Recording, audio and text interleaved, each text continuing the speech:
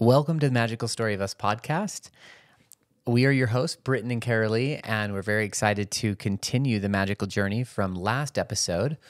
What we're doing again is we're trying to give a sort of overview of our journey so that people can coherently see what we went through as a couple to repair, heal, and transcend infidelity in our relationship, and also all the challenges we met along the way, leaving organized religion, leaving our careers.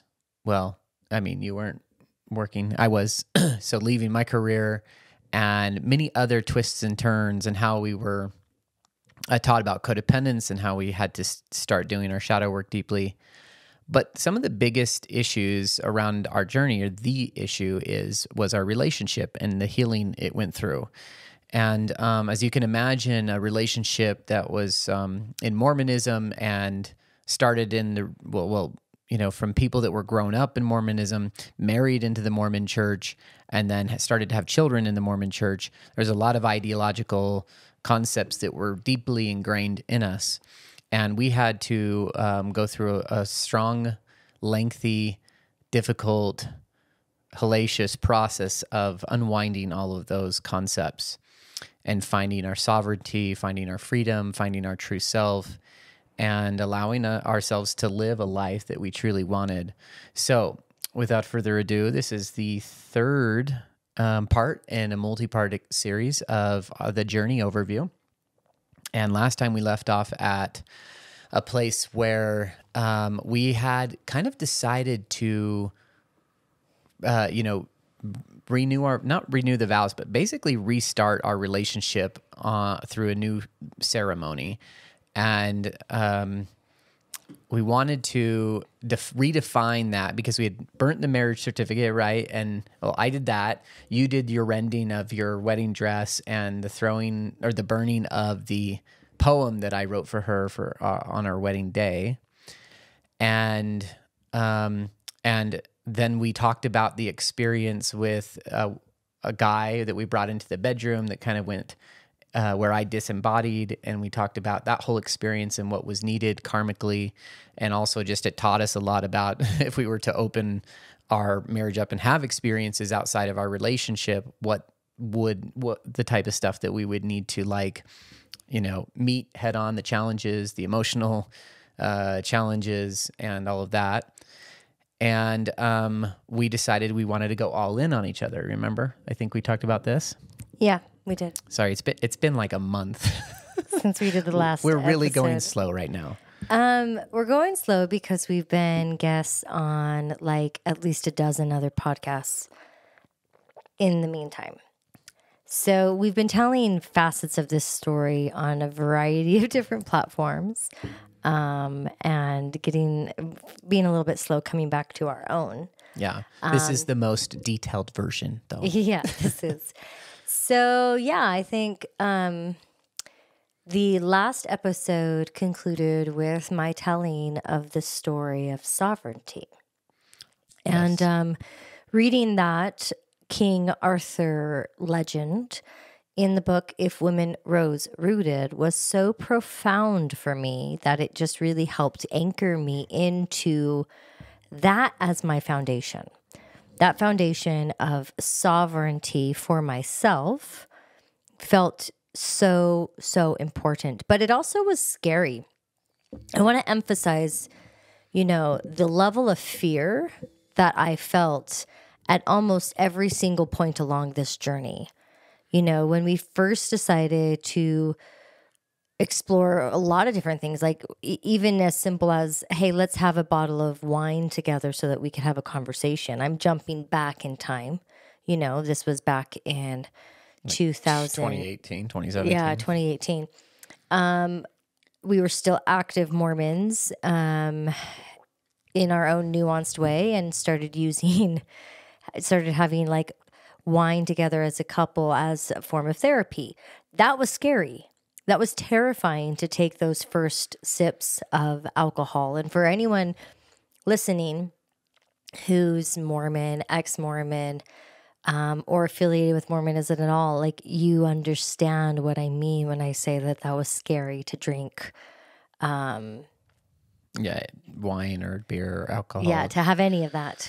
Like I literally was afraid my soul was going to be lost at first, right? And then we realized that it was actually a tool that could help us in opening our communication, right?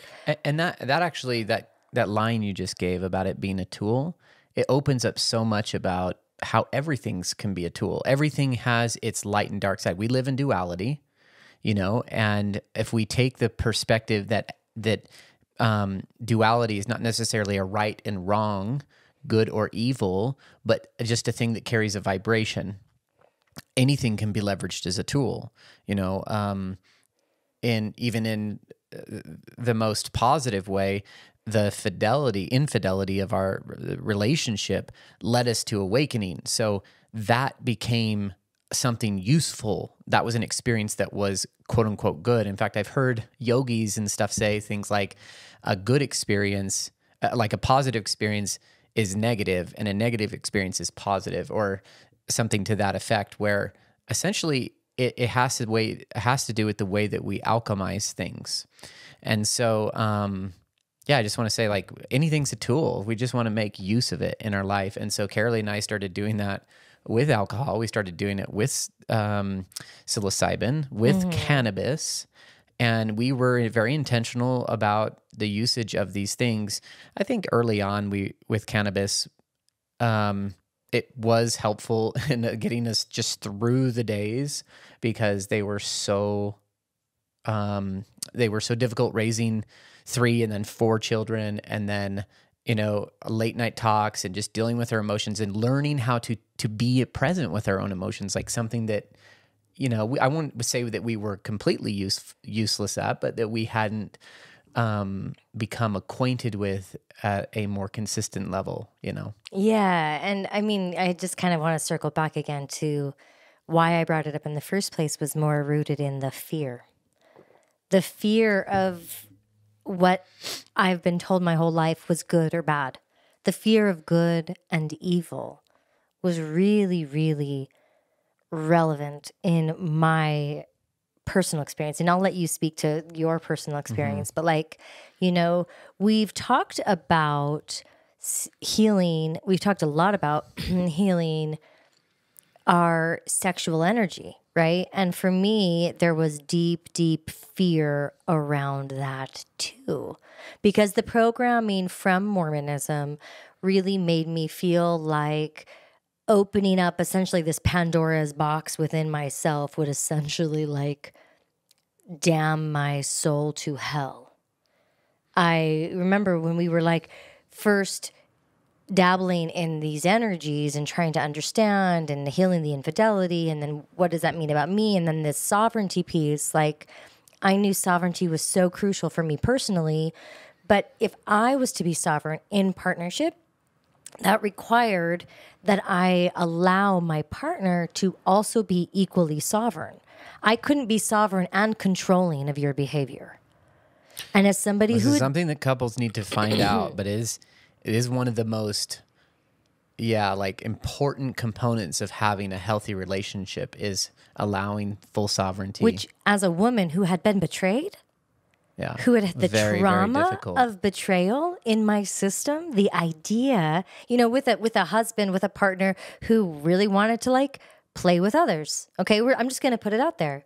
We wanted to play. You wanted to experiment. Your Venus, your love language is a lot more social than mine. Mine's more stubborn and grounded and in myself, right? And so like this idea, I want to like really drive it home. This idea of sovereignty was equally liberating and terrifying at the same time, because sorry, I knew that I could give it to myself. But I knew that by giving it to myself, you knew what it meant. I knew what it meant for you. Yeah. And to me, that was so, so scary. And then also, like I said, anything of the sexual liberation nature, the eroticism, embodiment, openness from within myself, felt like if I touched that, like there were moments in this journey, even back in just what we're talking about is like 2022.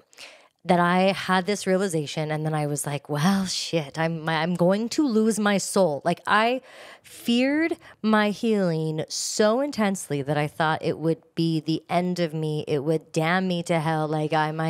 Like there wasn't a space in the presence of God that I could exist. That's how deeply ingrained the purity culture, the patriarchy, Well, and we didn't even have the temple covenant cursings.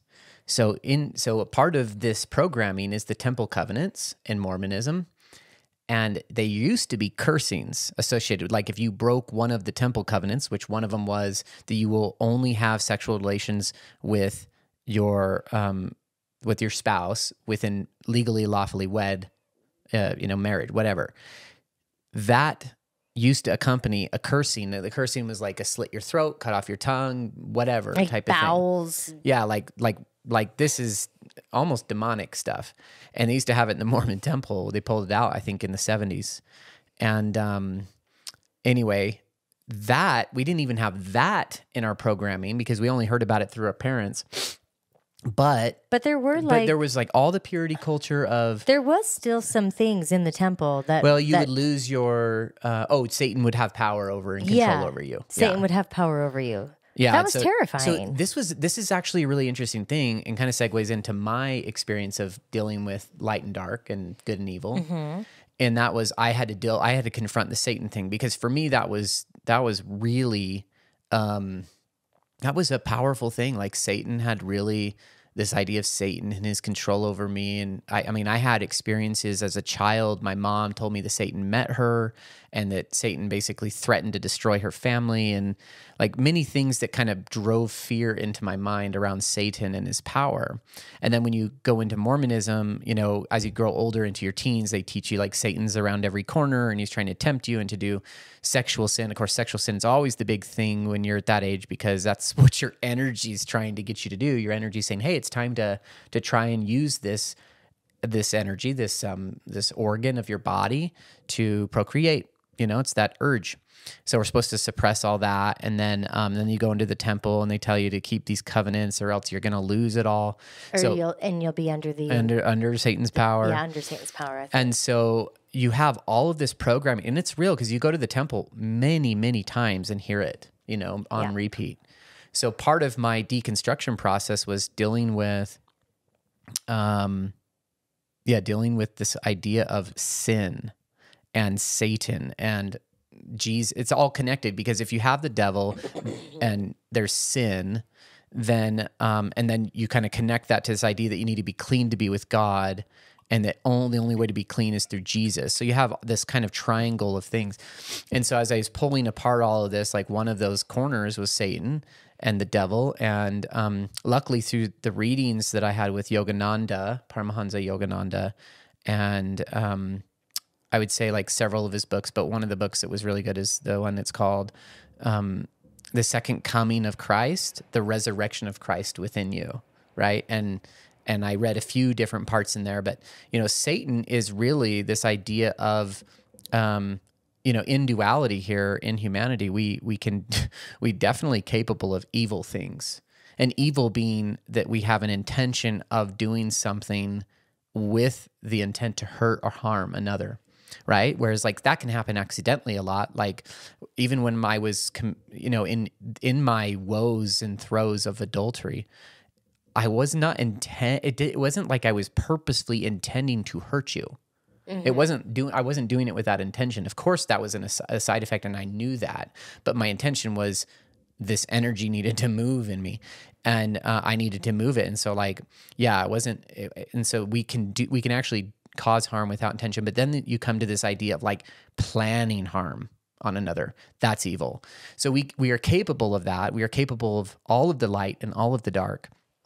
And the satanic component, if you will, is the idea that we are capable of that and we need to embrace it. If we don't embrace it, if we shun it away and say, I'm better than that, then you're actually lying to yourself in a way. So, I had to grapple with Satan, and like through the teachings that I read, it just became clear that this is better served as an allegory, of the energies within us instead of this literal figure that has power over us. I mean, honestly, if you just continue to veer away from yourself, you're more and more led into the satanic confines and power of the ego. And that's why I think the Hebrew word for repentance literally means to turn around. And you stop going away from yourself and you turn back to yourself. Yeah, I think that's really beautiful. The idea of repentance being to turn back. It kind of highlights what I now really feel, right? What we really feel is this level of gnosis, this level of like self-realization, going back to Paramahansa Yogananda and his teachings.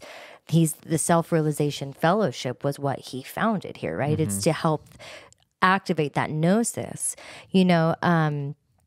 Some of what we're sharing today, for those outside of the Mormon context, but maybe within the culture of high demand religious organizations, you'll understand. But like, I really feel like those raised Mormon will actually really, really get what I'm saying right now too, on like a somatic level, right? I mean, even down to the programming of like my own patriarchal blessing. So for context, I kind of want to go here for a second. For context, a patriarchal blessing in the Mormon faith is a blessing given by a man who is specifically ordained under the office of the priesthood, which only men can hold, to this title of patriarch. And a patriarch has the ability to receive like an actual revelation, a revelatory prayer. Have you and in that prayer they're able to tell you a few things. It's kind of the main focus of it is to tell you what lineage you are of, Jacob. In the 12 tribes of Abraham, the 12 tribes of Israel, so that you know how you're connected back to like God's people into one of those tribes, but also to kind of give you some anchor points for your life, right? And so, I grew up with my mother telling the story that she was so nervous before she received her patriarchal blessing because her heart's desire was literally to be a mom, and she was afraid that her patriarchal blessing wouldn't actually say anything about having children, and that might mean she wouldn't have any, Oh right? my God, are you serious? I am dead serious, yeah. So your mother. I love my mom. But like, I had this deep programming. Like, it's a little bit like fortune telling, like that foreshadowing, anyway, but I went in, I received my patriarchal blessing when I was 13 years old, which was early. A lot of times in Mormonism, I mean, I don't know what they're doing now these days, but like patriarchal blessings were something that was more for when you were a little bit more mature. Maybe 16, 17, 18-year-olds was more common. 13 was young, and I felt really special that I was able to receive my blessing at the age of 13. You're so special. I know. Anyway, so I got this blessing, and it had a couple of things, that made me feel like, oh, I'm going to do great things with my life, or God's really going to bless me, or some warnings. Often there are a few like cautionary moments in the blessing. If you do this, or if you don't do this, then this could potentially happen. And it's sort of this dance. And one of the dances in my own blessing that I received literally referenced the word of wisdom, which the word of wisdom is a revelation yes. In quotes, given to Joseph Smith, the founder of the Mormon Church, in regards to like how to care for the body. So there's things, and this is the root of why Mormons don't drink coffee, why they don't do tea and drugs and alcohol. The word of wisdom also actually includes things like eat meat sparingly, but nobody really seems to follow or care or pay too much attention to some of the other health code recommendations. It's pretty much singled out and focused on you don't drink coffee, you don't drink alcohol, you don't smoke cigarettes, like that is kind of the main focus. But mine basically said this: through your faithfulness in keeping, I actually haven't memorized this is what it said. Through your faithfulness in keeping the word of wisdom, you will be protected from the destroying angel until your mission on the earth is complete. So here I am in my tumultuous marriage, trying to heal, having done the process of repentance. Now, I say having done the process of repentance almost like I did it, but you were the one that did it. I was supporting you. I was as equally a part of that process as you were, right? And none of it worked to like truly heal and help me feel good about myself, help me release the vibration of trauma and pain that was in me. And it really caused some questions about the guidance of God in my own life. So I'm sitting with all of that and realizing that mushrooms, having done a couple ceremonies by this point, or around this time too, were part of this healing, like facing all of that and looking at this idea of, do I drink wine? Actually, the wine was before the mushrooms, but like, do I drink? Do I have this alcohol? If I have this alcoholic beverage, okay, I just want to like really paint the picture. If I have this glass of wine, my patriarchal blessing said I would be under the power and the influence of the destroying angel, of Satan. I was afraid of death. Maybe that's what you have been since then, under his influence. Well, I have a point that I'm making with all of it. I'm just messing. I know. I realized actually it was my fear of death that was keeping me in control. That was keeping me not in my own control, that was keeping me controlled. Mm-hmm. Right? And so like when I stood there and said, okay, if I do this thing, this is what I'm told will happen. But what if I need to just surrender? You know, I had begun to understand the idea of ego deaths. I had begun to understand just on a very introductory level what it was like to stand in my own shadow, to face the truth about myself. And like, just because I might be under the influence of the destroying angel, did that actually mean my soul would be destroyed? These were deep existential questions that I was like really struggling with. It sounds funny now, but it was literally terrifying then. It was terrifying. And I stood there and I remember actually consciously making the decision that maybe I needed to allow myself to be quote unquote under the influence or within the power of the destroying angel.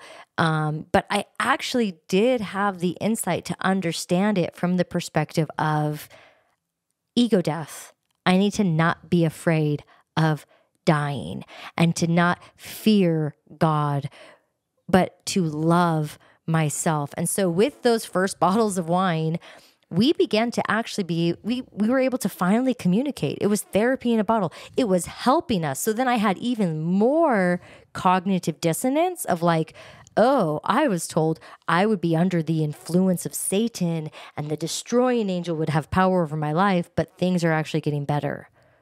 Yeah. What? Like there was such a contrast to what I was told would happen and what actually began to transpire that I realized that threshold of fear that is placed upon you from an outside source of authority is literally just there to make you small, to keep you in their control. I needed to break free. And the story of Jesus casting out the 7 devils in Mary comes to mind. Like those are ego deaths. We have to not be afraid of dying in the sense of what is holding us back from knowing who we truly are. It's beautiful stories because it perfectly aligns to what we were going through at the beginning of 2022. We'd already done multiple ego deaths. We left the church. Mm-hmm. I left my career. Mm-hmm. We started doing a lot of healing work, and each one of those had baby ego deaths. Oh, yeah. We had some deeper ones around childhood. I remember you helped me through some death ones. Remember the physical death ones? And I had integrated and healed the trauma, the sexual trauma from my childhood by that point. And then we started with codependency to mom. So all of these things are death portals. And but we had not yet fully undergone the great big ones of our relationship. One of them was saying goodbye to the relationship. Oh, what does this mean? Am I able going to make it? Like we knew we loved each other, but the relationship we had built was garbage. It was built on a foundation of lies from the church, from our parents, not that they were intending to lie. I don't even think the church was necessarily intending to lie. It's just that it was built on lies that weren't our truth. Like we had recognized, we hadn't even gone to ISTA yet, but we had recognized the need for sovereignty. We had recognized the need for a more holistic approach to our sexual experience. We recognized the need to heal that. We'd recognize all of these identities that we had built up, and all of those are just beliefs. And a belief is a very tightly held concept in the mind, right? A belief is something that you identify with. So those become embedded, and they're like little programs that loop in the background. Well, as we made some of the ritual offerings of saying goodbye to our relationship, and then we came to this sort of head of like, okay, so you said goodbye, but are you really all in yet? And it was real, and we had this beautiful moment of realizing that we weren't. And so then I went through that moment. I remember that moment so clearly. I was like, I'm not all in on her. And I don't know even what that feels like. And I was scared to do it because going all in to me always meant that I was locked in and my freedom was gone. But here I was being offered, sovereignty too. So now it was a completely different experience. And I had to sit there and think for a few moments about going all in. And I made the decision to go all in, and then it took a month to integrate that energy. But I want to get back to where we were, which is our I almost said sealing ceremony. Oh my God, that's so funny. Our ceremony of reuniting in our bedroom that we did, and that we did in under a blood moon. And we had to say goodbye to so much. And each of those moments are very fearful for us. And so we learned to alchemize that fear into excitement.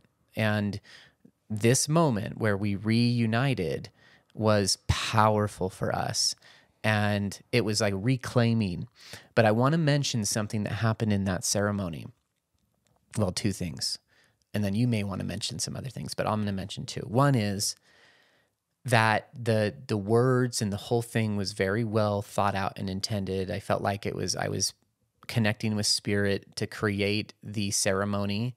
My part of the ceremony, she had a part that she created, and I created a part. And the part that we ended on was that we completely, it was almost like we were standing there in this beautiful Merkaba made with candles in our bedroom, and we were saying, we had the vortice of all of our previous life experience in this life. Like all of the previous energy, the infidelity, the church, all of the identities around my identity of my career as a programmer, all of that, all of the wrongs that we committed to each other, all of the codependence, all of that was swirling around us. And we were standing at the center of that vortex, and we cut it off. We said, this begins a new life, and we are saying goodbye, not just to our old life, like meaning the Mormon life, but we are also saying goodbye to our old identities. We're literally cutting ourselves free from everything, and we're giving ourselves a fresh start to begin over, a fresh start on life, a fresh start on our experience as humans, with now all this wisdom incorporated, which there would be plenty more to come. Oh my goodness, there was so much more wisdom we needed. But we were like so ambitious, right? So we did this. And then at that moment, I said, okay, let's kiss. And we moved into kiss. And as I touched her lips with my lips, the lights went boom and turned off. And it was like crazy. And I was like, what's going on? And it was magic. It was magic. But actually, it was just magic. We'll just leave it at that. That's good. So that's how that ceremony went. It was magic. And we said goodbye to everything, our identities, our old life, the old Mormon, every way that we had lived was now cut and was on the table of reassessing. And man, it's when you do those types of things in your life, when you powerfully do them with real strong intention, the universe is like, God, fuck, finally. It's almost like the universe gets off on it because because the universe is like, finally, I've got all this vacuum, right? I've got all this room to come in and bless and create with this co-creator. And so Carolee and I had opened up completely our life to a new perspective. And on May 15th, 2022, we just had the anniversary of that. Oh, yeah, we did. Yeah. We didn't celebrate it. We should celebrate it. We don't celebrate it. So we kind of still use our original wedding date as that celebration, but this was still a very important date. And so there we were, standing, kissing, now in the dark, under candlelight of our little candles that we had in the Merkaba. And this is where we began our new relationship fully. You know, thinking back to that moment, there's a couple of things that now in my awareness I kind of giggle at. How naive, how little we actually knew at the point where we thought we knew more. But you don't need to know. But I'll just add, we do work with the moon. The moon alignment is like a core foundation of the work that we do. The book that we're writing, Ritual Shadow Work, one of the chapters literally is titled, It Starts with the Moon. So this is really important to know and understand. We do a lot of manifestation, a lot of releasing, a lot of energy work with that. And what we didn't know at the time was connecting with eclipse energy is intense. We saw this full blood moon as like, yay, a celebration. And now I kind of giggle at like the chaos that we welcomed into our life through doing a new union ceremony with a blood moon. Like if Aisha, my astrologer coach, guide, mentor, she's amazing, Oath Oracle, were to listen, when she listens to this, she's going to just like big-eyed, like, what did you guys do? You did a new union thing. She doesn't know. Like, she'll be like, it's a little insane. Yeah. Although it wasn't intentionally supposed to be a manifestation per se, although it pretty much turned into that. Well, it was beautiful. I think actually it was also a Scorpio. It was a Scorpio full moon. Blood moon. But if you think, and if you think about full moons as a release and we were cutting off, none of this we fully comprehended we didn't. At the time because we just knew that the moon was this guiding force, but we didn't understand all of the abilities and how to use the full moon, new moon, all that relationship. So, in some ways I'm actually grateful for our ignorance because had I known you kind of just surrender. When there's an eclipse, whether it's a new moon, solar eclipse, or a lunar eclipse with a full moon, you just kind of surrender to what is in that and don't try to force or make anything happen. And in some ways we made something happen, and there was quite a bit of chaos that followed through, but I look at it now as divinely, it was all divinely orchestrated. The themes of Scorpio are death and rebirth and alchemy and transformation. We were having and sex, right? So it was so aligned, even the chaos, that I can't help but just bring note of that. For any astrologers out there listening, yes, we did this new thing on an lunar eclipse and it's crazy, but it also was so fundamentally important for us. What transpired after that literally could be compared to we were children at that point, starting new, and we had a lot of education that was about to come our way in a really intense way. Over the next 2 years, we just had to surrender and move with it. So the first thing that we surrendered and moved with was a sexual re-education. Yeah, and I'll just say one more thing before we move on from the full moon lunar eclipse was that at May 15th, 2022, we were exactly 1 month away from basically deciding to sell everything. And we had no idea that we were about to do that. Yeah. No idea. 1 month, 30 days, and we were going to sell it all. And wow. So So yeah, the first thing that happened basically after that was we got in touch with your friend.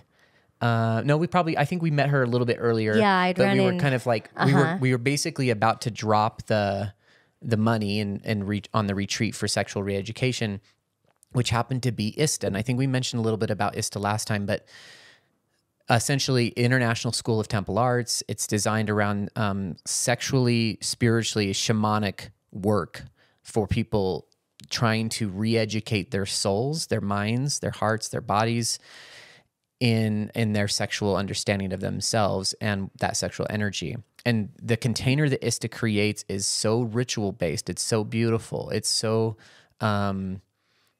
intentional about how we can learn and use and understand these energies so much more. There's techniques, just fundamental techniques that they teach you. And ultimately, we stepped into that container at the early part of June. So it was only a couple of weeks after the ceremony. And we were in Denver. And we actually came to Colorado. Yeah, in the mountains outside of Denver. Yeah. And yeah, it was so beautiful. And at ISTA, we had some really magical experiences. It was a week-long experience. Week-long. So I'll just say that during this time, there was some deep realizations we both had about our own sovereignty. Again, we're on that theme. And we were also getting the education of how to step into that sovereignty in a more conscious way instead of like creating more chaos in our life of like, well, and I'll just say too, I wanted to say this earlier, that having sovereignty in relationship does not necessarily mean that just because you recognize that your partner is sovereign and you're sovereign, that both of you need to go out and fuck other people. That's not what it means. What it means is you need to recognize the power, the honor, the innate ability of a sovereign person, and that they are committing when they're in a relationship, they're automatically committing to that relationship something. And that something needs to be defined. It needs to be agreed to. And those are the boundaries that relationship works within. It does not need to exceed those boundaries. It does not need to meet some sort of cultural expectation. But it should not nothing should be in the dark either when you're committing to a life partner. So in our case, I did want to have more sexual experiences. I felt like that's what my life was calling me to. I didn't understand exactly what at the time. That is much more clear now.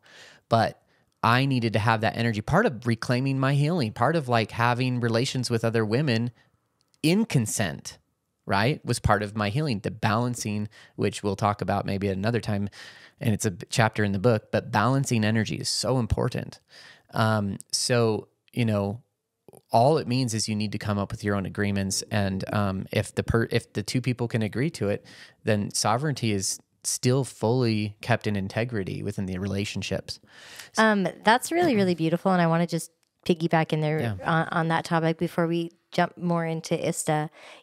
For me, on the ideas of sovereignty, it had a lot to do from the feminine perspective in my own freedom of my choices, right? Because being programmed to be a wife and a mother, and what I inherited generationally about what that meant about me, like there was a lack of freedom to even just make a chiropractor appointment without asking for permission, without saying, hey, can you watch the kids? Like I had so much of the role of responsibility that I didn't feel free.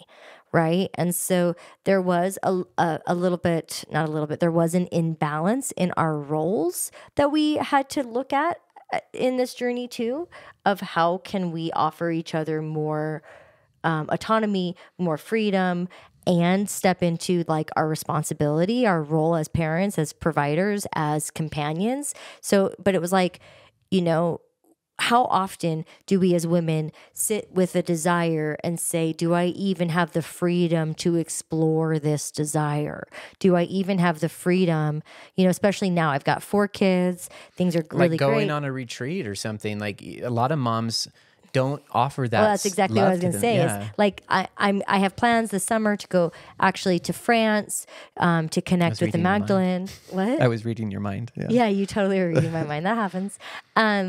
Like this summer, I'm actually leaving for 2 weeks to go to France without Britton and without the kids. And that is equally exciting and hard and touches on all of these topics. Like, can I give myself permission to go when my heart, my soul is calling me to something? How do I feel when my partner has a similar soul calling that pulls him to something that may or may not include me? And like, what does that look like? And how do you hold space for the other person? And how do you come to your partnership in truth? This is what I need. I was so afraid so often to even claim my needs because I didn't know how to just be a sovereign individual, right? So it's so layered, but it was like this glimmer of hope into my own freedom within the agreements of a relationship really kind of gave me this window into the possibility of what could be, but it simultaneously triggered my fears of what could be too. Because when you step into I want to be free, we tend to think worst case scenario that if we allow somebody else freedom, they're just going to be completely crazy and unhinged. But what we've realized and what we learned through our own experience is actually our nature is not this crazy, unhinged nature. Like, we're really moving and flowing together, and it's the contraction, it's the repression, it's the lack of permission that results in the crazy, unhinged behavior that's trying to balance. I think that's why people are scared of actually living their own spiritual life without the dogma and the rules projected onto them from somewhere else, is because they don't know themselves enough. Yeah. They don't trust their own selves enough. Yeah. So you got to go through that wormhole too. But anyway, so here we are. We're in ISTA, and I won't spend a lot of time talking about the the really magical things at ISTA in depth, because we want to save. What we're going to do is we're going to create episodes in the future that will actually detail these little experiences, and we'll spend more time in the detail of it. And so it'll be like mini magical stories that we'll be able to share. So, but ISTA gave us a frequency shift. It gave us a quantum jump in our sovereignty. It gave us a quantum jump in our liberation. And I walked away from ISTA knowing, it was like I had a knowing that sexual energy is part of liberation. Like, if you cannot liberate your sex, you cannot be free. Because it is the life force, it is the creation force of life itself, right? It is what supplies us with life. It is what creates life. It is what the universe is based on. This energy is the key to all life. And so when we came home from that, and I had felt that shift in me and realized, oh my God, I'm living amongst this Mormon community, 98% Mormon neighborhood, very, very true blue Mormons, and I'm sexually free. Like, I understood it finally for myself. And that would evolve even further, but the true principle of it has not evolved. Like, I got the principle. What it needed to continue to evolve was just the integration of that principle. Oh yeah, there's definitely integration that we have.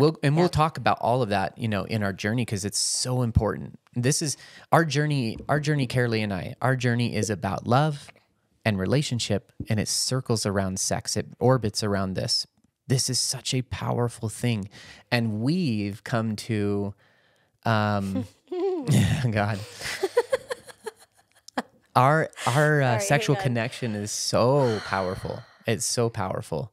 And we have continued to put time and effort into evolving it, into making it more beautiful, into decorating it, and all of the things that we care about it.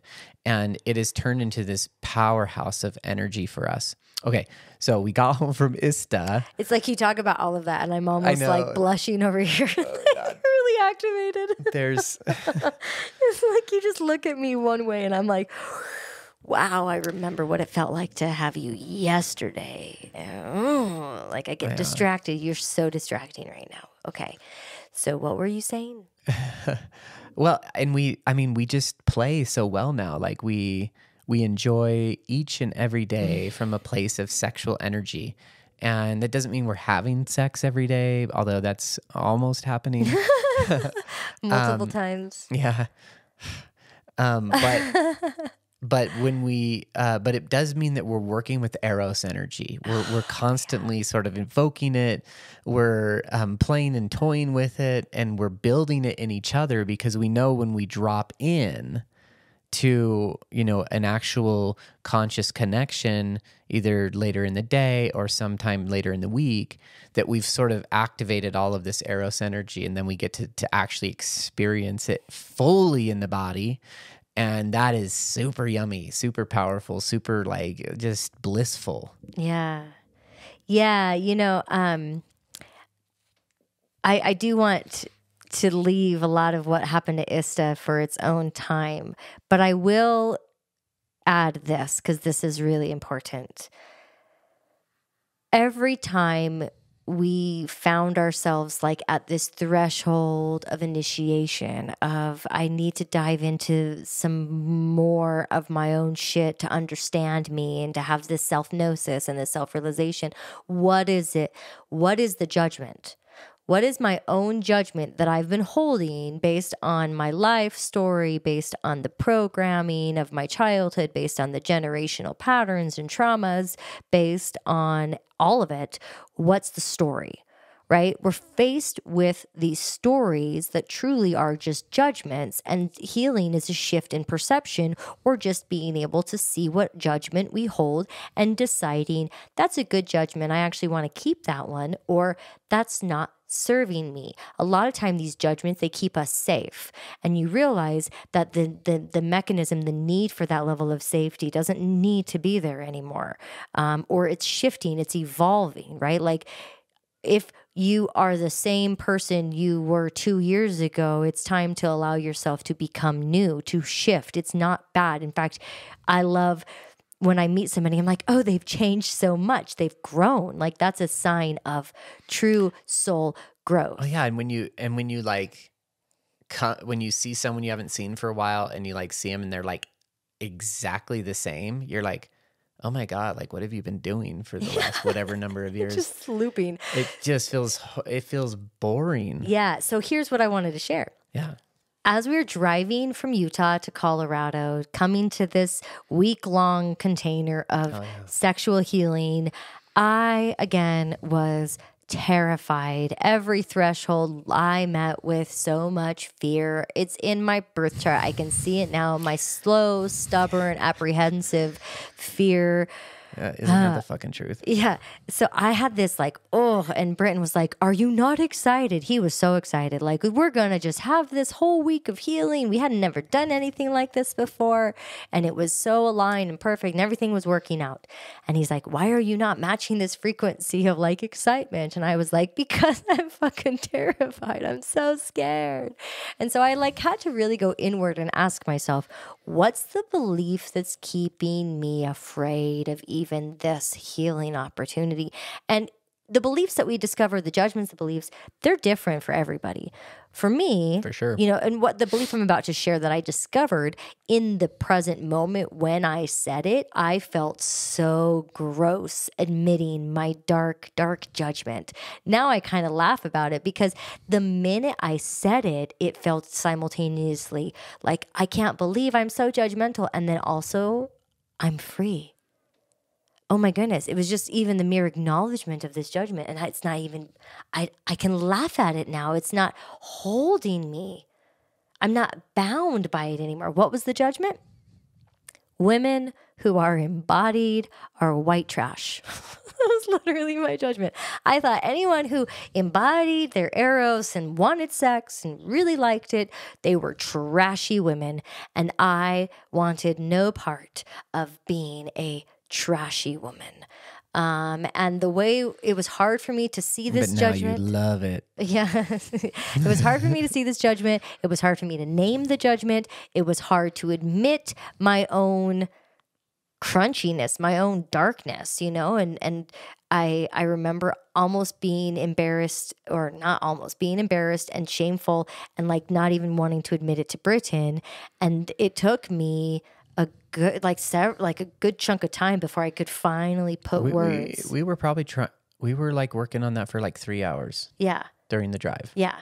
And I saw it and I was like, okay, that's the judgment. Women who are embodied are trashy. Now that I see my judgment, this is what I did. I said, now that I see this judgment, I am going to ask for this energetic opportunity to actually witness women this week at a sexual healing experience that are embodied that prove my judgment wrong. I was so blocked by my own judgment that I viewed everybody from this paradigm. When I identified the judgment, I acknowledged it in love. I allowed myself to have space to see it new, going into an opportunity where I could actually rewrite the judgment. I met incredible women that week. In fact, some of them are still some of my closest friends. They received me in so much love. There was such a connection of safety and holding that I was able to, through a somatic experience, further release and rewrite that judgment that was blocking me from being my full embodied erotic self. Now, it wasn't like that week, all of a sudden I came back home and I was like, I got it. Like there was a lot of integration, a lot of experience. And there was still fear afterwards too. Yeah, there was still fear. But I actually got the very thing that belief needed, was a ability to witness it being completely false, because the women I met that were showing up in this container of healing were profoundly beautiful and grounded and in such a light. Well, and they were sacred workers too. Like they understood sexual energy from the point of sacred sexuality. And you got to see that firsthand for the first time. For the first time. It was profound. It was profound. It was beautiful. It was such... It didn't mean that you had to be trashy or whatever. Even still, if you are, it's not a bad thing. But it's like just a choice. It's how you perceive yourself in it, right? Yeah. So that was beautiful. That was a really beautiful like release and rewrite, and the integration that came following that. Like truly, I can think of several women that I feel are my closest connections, and they came from that week. Yeah. I mean, we made so many friends in that way. So many friends. That was our soul tribe week. That was like where we got to meet our soul tribe. Yeah. And then the other thing I want to add is, like you said, we met our soul tribe. Here we had been living in this this house in this neighborhood, 98% Mormon. I couldn't show up authentically at all. Nobody actually knew the depths of our story. We were hiding in plain sight who we truly were as we were trying to integrate our shadows and heal. And I feel like a lot of Mormon communities, nobody really knows each other. Yeah. So I go from that, where I didn't actually even... Our family, we didn't really feel like knew us fully, because I couldn't even be honest with them about there was so much judgment in the culture that we came from. We show up at ISTA, we say, hi, we're 2 ex-Mormons. We've been through infidelity. This is what we're doing to heal. We're parents to 4 kids. Boom. Like we dropped in, and the first introduction that we had with everybody that week was just the raw truth of us on the table. And here I had come from a community where I was so afraid of rejection based on all of that. And we just led with all of that in this container, and everybody celebrated us. Everybody loved us. Mm-hmm. Like when you say soul tribe, I just think about that. We felt like... Totally celebrated. And then we went home. Honored, seen. Yeah, all of it was like a completely different 180 experience of what true friendship can feel like. And you can make friends in a week. Deep ones. And then we went home, and the very next day, I got 2 text messages from mothers of like our children's friends, moms, and they, for no apparent reason, just said, we're not going to let our kids play with your kids anymore. And here I was, having just been out a week where I was completely open, I was completely authentic, I was completely honest about everything I'd been through, and people loved me and celebrated me. And I felt closer to people I had met just in 1 week. I mean, true, it felt like we were there for a month. That kind of healing work, time is an interesting portal in that space. But I came home to people that had known me, that had been neighbors, that had been weaving with my children. And for no apparent reason, I was no longer desired. And we knew it was an energy shift. We knew we were being shown very clearly that our soul tribe and our community wasn't where we were. It wasn't. And so here we were, essentially 28 days from the experience of sort of having our new union ceremony in our room. And it was at that moment where this community, we walk back to this community, they reject us, they reject our children, we're not feeling connected to them. Our vibration shifted so much. We had all these realizations and downloads about our own sexual energy, about our own sovereignty, about our own beingness and our eternal nature. Like, it was almost like I had a Kundalini experience from ISTA, but it was like, well, what do we do? What do we do now? So we turned to one of our magical oracle decks that had been using, and we pulled cards. And the first card that we pulled, like basically the first sentence in that card was, "You are being called to move physically." And I was like, oh shit. We just started dropping into this house. We just decided that we were going to really be present here. And now somebody could be listening to this and say, well, you guys are morons. You're going to pull a card and figure out what your future, what decision to make. And the truth was, we were so connected to these oracle decks and we had done such work with them that we really felt inspired. For those that don't understand divination, they can be very inspiring. But of course, I would get a second opinion. And we did, I think, 6 opinions. 6 card pulls. I think we did. We did a card pull. We did a second card pull. We did a rune throw. Your sister did a rune throw for us. Right. We did a few other things. I don't know if it was 6 or 4, but we had many confirmations of the same energy. The same thing.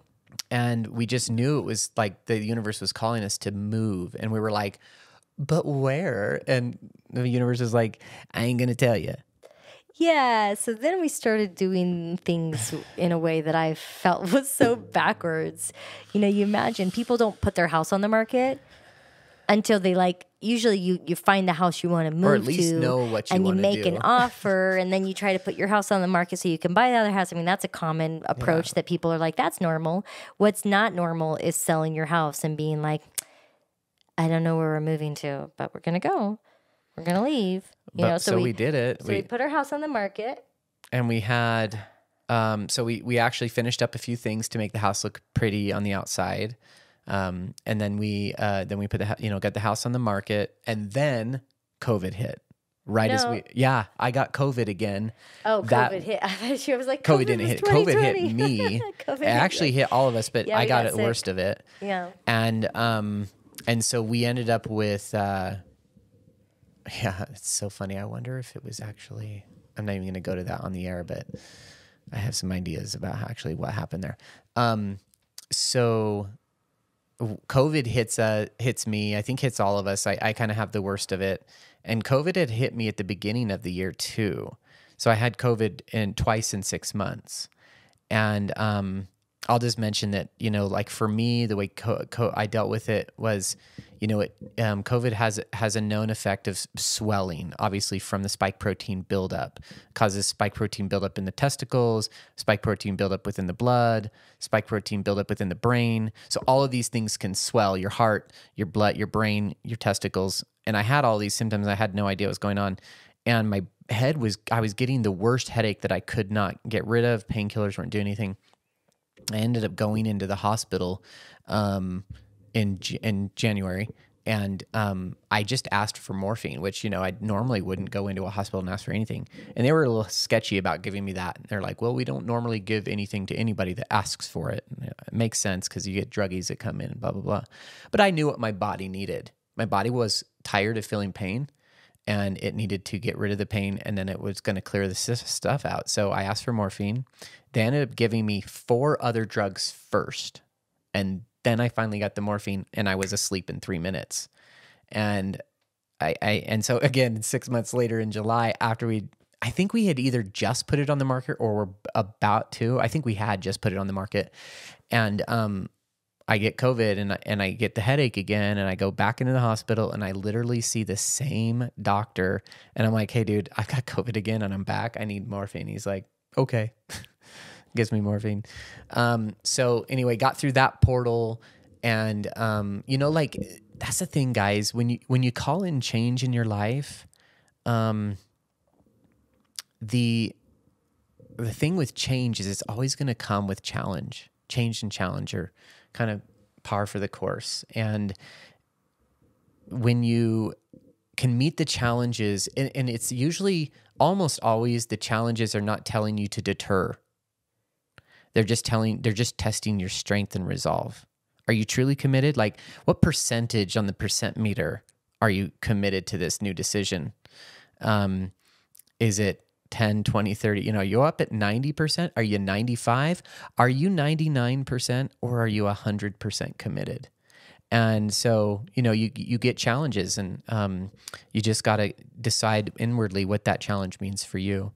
So anyway, we get the house on the market, and I think within 2 weeks, 3 weeks, we had several showings, and then we got someone to get it under contract. And we were like really excited, and we're like, yeah, see, this universe is really making things happen for us. And then like the very next day, like I think within 36 hours, 24 hours even, they canceled. They reneged on it, which seemed really funny. But it was like totally fine. We're like, okay, well, not the right person. We just immediately moved on. Not a big deal. But we were like, still like, now we're like, okay, well, what should we be selling the home? Now you're back in this phase of like trying to question yourself. And so after 3 more weeks of not having really any movement, we were sort of getting concerned because what was coming up, now we're in August, and what was coming up was Bali. We knew that we had kind of figured out that we were just going to move to Bali after we sold our house, because we were going to do our yoga teacher training there. Which was still happening. It was still going to happen. It was originally, in the previous podcast, we talked about how we were booked for Bali, to go to Bali in May of 22 to do a month-long 200-hour YTT with MC Yogi and Amanda 10,000 Buddhas, who guided that. They were the teachers of it. That was canceled, so we weren't in Bali in May. We made it so that we could possibly go back to Bali, extended our ticket. So it was supposed to be now October. Yeah, now it was in October. Early October. And so we're kind of wondering, so it was like, timing wise, we're in August, this is not looking pretty. We're running out of time to try and make this. So we don't know what's really going to happen. Well, we reach out to our good friends again, who are, Sarah and Austin. They do a lot of work with runes and psychic work and divination. Sarah is on TikTok the awakening coach. She helps people with their awakening journey. And she's awesome. She is incredible. She's helped us so many times. We met Sarah and Austin at church when we were all active churchgoers and young families, when our oldest was only like a toddler. We had one kid, a toddler, and we were friends with Sarah and Austin. So we should include links to both Aisha and Sarah and Austin in the show notes of this episode. But yeah, we connected with Sarah and Austin, and we had a little kind of moment with them, and they gave some really clear channeling and insights into what could be done. We activated some magic. We won't talk about too much. Yeah, I think we'll save that one. Leave that. We'll save it for an episode. But within 20 minutes of doing the very specific kind of land offerings, which I didn't even get into the land energy that we acted, that's a whole nother episode. Yeah. We had a new individual come into the home and look at it, and he bought it.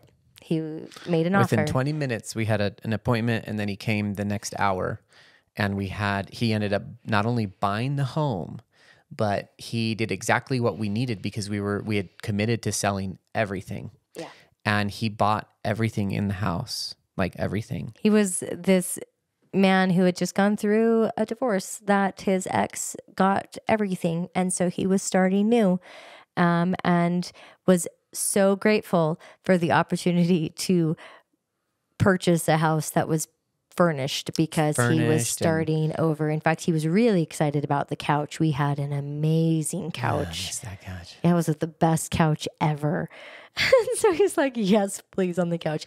But yeah, so we had this man buy our house, buy all of our furniture, and by September, we are in the car driving to California, ready for this adventure that we thought was going to just be super fun.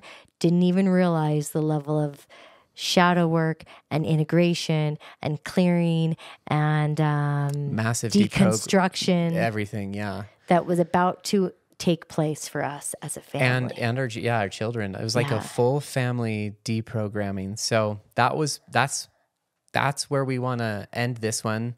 So we're basically at end of September 2022. Yeah. And the next episode, we're going to talk about our 18-month journey around the world. Oh, I miss it. You know, Liberty said to me just yesterday, Mom, I just need to travel again. She's like feeling it. Yeah, I'm feeling it too. So, very exciting time because we got on a plane and headed to Bali, and we had no idea what we were getting into, you guys. Just absolutely, just totally going from the heart only. No idea, no logical plan, no prediction, blah, blah, nothing. We were completely in new territory, floating in the abyss of the unknown.